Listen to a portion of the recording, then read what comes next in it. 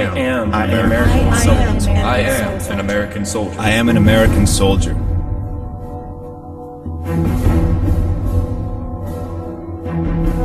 I am a warrior and a member of a team. I serve the people of the United States and live the Army values. I will always place the mission first. I will never accept defeat. I will never quit. I will never leave a fallen comrade. I am disciplined, physically and mentally tough, trained and proficient in my warrior tasks and drills. I always maintain my arms, my equipment, and myself. I am an expert. And I am a professional. I stand ready to deploy, engage and destroy the enemies of the United States of America in close combat. I am a guardian of freedom and the American way of life. I am an American soldier.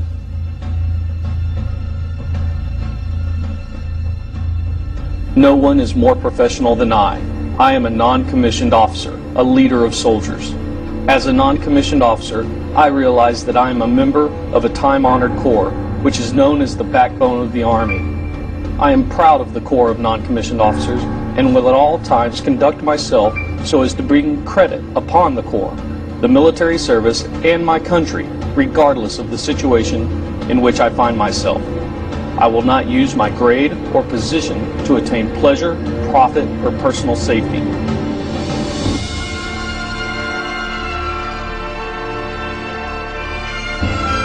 Competence is my watchword.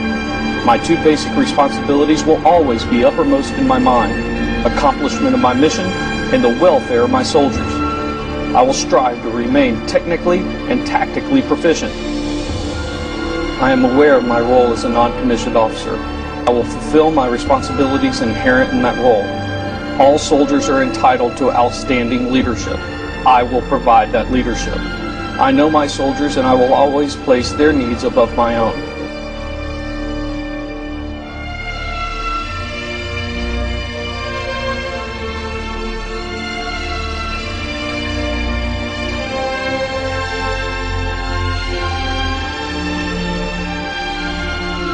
I will communicate consistently with my soldiers and never leave them uninformed.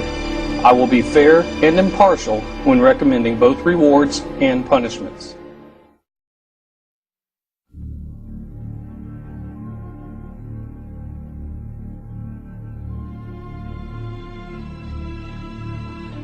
Officers of my unit will have maximum time to accomplish their duties. They will not have to accomplish mine. I will earn their respect and confidence as well as that of my soldiers.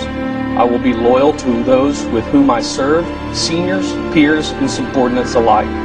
I will exercise initiative by taking appropriate action in the absence of orders.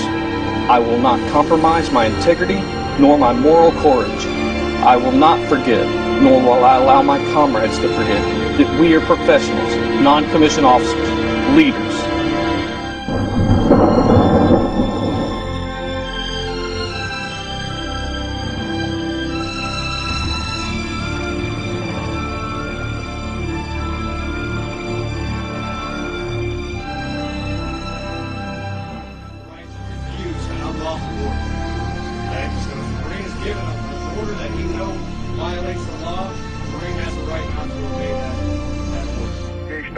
Not just that they can refuse a legal order or an unlawful order, they have an obligation to.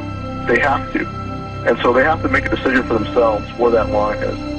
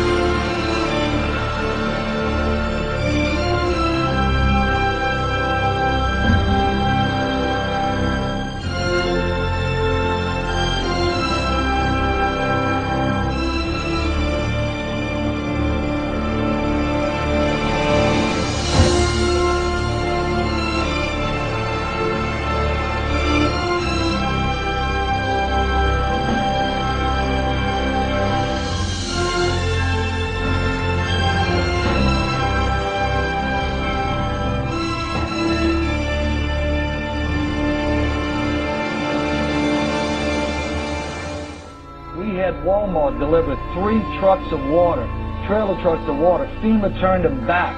They said we didn't need them. This was a week ago. FEMA, we had 1,000 gallons of diesel fuel on a Coast Guard vessel docked in my parish. The Coast Guard said, come get the fuel right away. When we got there with our trucks, they got a word. FEMA says, don't give you the fuel. Yesterday, FEMA comes in and cuts all of our emergency communication lines. They cut them without notice.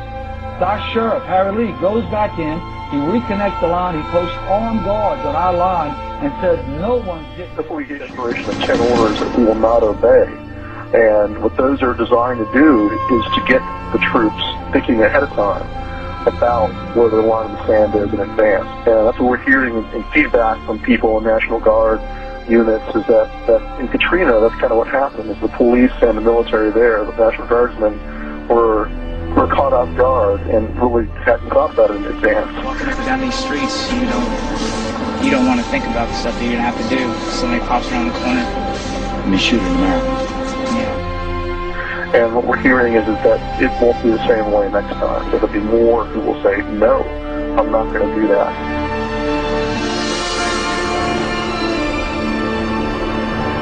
In the 7th Cavalry, we got a captain from the Ukraine. Another from Puerto Rico. We've got Japanese, Chinese, blacks, Hispanics, Cherokee Indians, Jews and Gentiles, all American. Now here in the States, some men in this unit may experience discrimination because of race or creed. But for you and me now, all that is gone. We're moving into the valley of the shadow of death, where you will watch the back of the man next to you as he will watch yours. And you won't care what color he is or by what name he calls God. They say we're leaving home. We're going to what home was always supposed to be. So let us understand the situation. We are going into battle against a tough and determined enemy.